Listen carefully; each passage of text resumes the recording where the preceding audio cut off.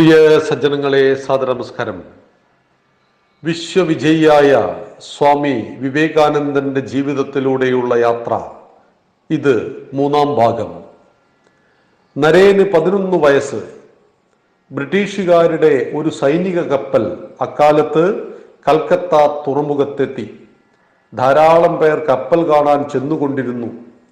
നരേന്ദ്രനും ചങ്ങാതിമാർക്കും അതൊന്നു കാണാൻ മോഹമായി. ഒരു ഉയർന്ന ബ്രിട്ടീഷ് ഉദ്യോഗസ്ഥന്റെ പക്കൽ നിന്നും സമ്മതിപത്രം നേടിയാലേ കപ്പലിനകത്തേക്ക് കയറാൻ പറ്റൂ. അതിനുവേണ്ട ഒരു അപേക്ഷാ ഫോറം വേണ്ട വിധത്തിൽ പൂരിപ്പിച്ച് നരേൻ അതും കൊണ്ട് ആപ്പീസു കെട്ടിടത്തിലേക്ക് ചെന്നു. പലരും അകത്തേക്ക് കയറിപ്പോകുന്നുണ്ടായിരുന്നു. പക്ഷേ നരേനെ കാവൽക്കാരൻ അകത്തേക്ക് കടക്കാൻ അനുവദിച്ചില്ല. ഇവൻ ഒരു കുട്ടിയല്ലേ എന്ന ഭാവം. ഇനി എന്തു ചെയ്യാൻ? നരേൻ കുറച്ച് മാറി നിന്ന് ആലോചിച്ചു. മുകളിലത്തെ നിലയിലെ ഒരു മുറിയിലേക്കാണ് എല്ലാവരും കയറിപ്പോയിരുന്നത്. ഒരുപക്ഷെ മുകളിലേക്ക് പോകാൻ വേറെ ഒരു വാതിൽ കൂടി ഉണ്ടെങ്കിലോ? അവൻ കെട്ടിടത്തിന് ചുറ്റും നടന്നു.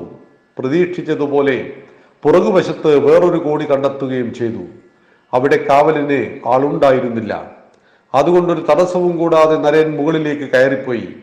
ആദ്യത്തെ വാതിലിൽ കണ്ട തിരശീല മാറ്റിയപ്പോൾ തനിക്ക് മുമ്പേ പോയവരെല്ലാം അവിടെ വരി വരിയായി കാത്തു നിൽക്കുന്നു. അവനും ആ വരികളിൽ ഒരാളായി നിന്നു. ഊഴമെത്തിയപ്പോൾ ബ്രിട്ടീഷ് ഉദ്യോഗസ്ഥൻ കുട്ടിയുടെ കയ്യിൽ നിന്ന് അപേക്ഷാ ഫോറം വാങ്ങി നോക്കി. ഒന്നും ചോദിക്കാതെ ഒപ്പിട്ട് കൊടുക്കുകയും ചെയ്തു. പ്രധാന വാതിൽക്കൽ കൂടി തന്നെയാണ് നരകൻ തിരികെ പോയത്. കുട്ടിയെ കണ്ടപ്പോൾ കാവൽക്കാരൻ ശരിക്കും അമ്പരന്നു. നീ എങ്ങനെ അകത്ത് കയറി? ഓ, അറിയില്ല അല്ലേ, ഞാനൊരു മാന്ത്രികനാണ്, നരേൻ മറുപടി പറഞ്ഞു. ഇങ്ങനെ പല കുസൃതികളും നരേൻ ജീവിതത്തിൽ കാണിച്ചിരുന്നു. നരേന്റെ ഒരു സ്നേഹിതന്റെ വീട്ടിൽ നല്ലൊരു പൂമരമുണ്ടായിരുന്നു. കുട്ടികളെല്ലാവരും ചേർന്ന് അതിന്റെ കൊമ്പുകളിൽ ഊഞ്ഞാലാടി കളിക്കുക പതിവായിരുന്നു. അതിന്റെ കൊമ്പിൽ കാലുകൊണ്ട് തൂങ്ങി നിന്ന് ആടിയാടി നിലത്തേക്ക് ചാടി വീഴുക നരേന്റെ ഇഷ്ടവിനോദമായിരുന്നു. ആ വീട്ടിൽ താമസിച്ചിരുന്നൊരു അപ്പൂപ്പന് കുട്ടികളുടെ ഈ ചാടിക്കളിയും ഊഞ്ഞാലാട്ടവും തീരെ ദഹിച്ചില്ല. അവർക്ക് എന്തെങ്കിലും അപകടം പിണഞ്ഞാലോ എന്നായിരുന്നു അപ്പൂപ്പന്റെ ഭയം. ഒരു ദിവസം നരേനെയും കൂട്ടുകാരെയും വിളിച്ച് അപ്പൂപ്പൻ പറഞ്ഞു, ഈ മരത്തിനു മുകളിൽ ഒരു ഭൂതം കുടിയിരിക്കുന്നുണ്ട്. നിങ്ങൾക്കറിയില്ലേ, അതൊരു ബ്രഹ്മരക്ഷസാണ്. വല്ലാതെ ശല്യം ചെയ്താൽ അത് നിങ്ങളുടെ കഴുത്തൊടിച്ച് താഴേക്കിടും. സൂക്ഷിച്ചോളൂ, ഈ മരത്തിൽ കയറി കളിക്കാതിരിക്കുന്നതാണ് നല്ലത്. ഇത് കേട്ടതും കുട്ടികൾക്കെല്ലാം പേടിയായി. പക്ഷേ നരേന് കൂസലൊന്നും ഉണ്ടായിരുന്നില്ല. അപ്പൂപ്പൻ അപ്പുറത്തേക്ക് പോയതും അവൻ വീണ്ടും മരത്തിൽ കയറി. കൂട്ടുകാർക്ക് പരിഭ്രമമായി. അവർ നരനോട് ചോദിച്ചു, അപ്പൂപ്പൻ പറഞ്ഞത് കേട്ടില്ലേ, എന്നിട്ടും മരത്തിൽ കയറി കളിക്കുന്നോ? വല്ലാത്ത ധൈര്യം തന്നെ.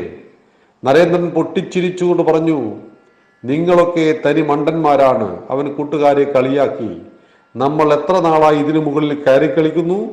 അപ്പൂപ്പൻ പറഞ്ഞതുപോലെ ഒരു ബ്രഹ്മരക്ഷസ് ഉണ്ടായിരുന്നുവെങ്കിൽ എന്നോ അത് കഴുത്തൊടിച്ച് നമ്മുടെ കഥ കഴിച്ചേനെ. നന്നേ ചെറുപ്പത്തിൽ തന്നെ യുക്തിബോധം നരേന്ദ്രന്റെ കൂടപ്പിറപ്പായിരുന്നു. പ്രേതമുണ്ട്, ബ്രഹ്മരക്ഷസുണ്ട് എന്നാരെങ്കിലും പറഞ്ഞാൽ അത് കണ്ണടച്ച് വിശ്വസിച്ച് രാത്രികാലങ്ങളിൽ ഭയപ്പെടുന്ന ധാരാളം കുട്ടികളെ നമ്മൾ കണ്ടിട്ടുണ്ട്. തെറ്റായ കഥകൾ മക്കൾക്ക് പറഞ്ഞുകൊടുത്ത് ഇല്ലാത്ത ഭൂതത്തെയും പ്രേതത്തെയും അവരുടെ മനസ്സിൽ സങ്കല്പിച്ച് അവരെ ഭീരുക്കളായി വളർത്തുന്ന ധാരാളം മാതാപിതാക്കളെയും കണ്ടിട്ടുണ്ട്. എന്നാൽ ഇതിൽ നിന്നെല്ലാം വ്യത്യസ്തനായിരുന്നു നരേന്ദ്രൻ. ബ്രഹ്മരക്ഷസുണ്ടെങ്കിൽ അത് കഴുത്തൊടിക്കുമെങ്കിൽ ഇത്രയും കാലം ഈ മരത്തിന്റെ മുകളിൽ അതിന് ഞാൻ കണ്ടില്ലല്ലോ എന്ന യുക്തിബദ്ധമായ ഉത്തരമാണ് നരേൻ തിരികെ നൽകിയത്. ആ നരേന്ദ്രന്റെ ജീവിതത്തിലൂടെ നമുക്ക് നാളെയും യാത്ര തുടരാം. നന്ദി, നമസ്കാരം. വന്ദേ മാതരം.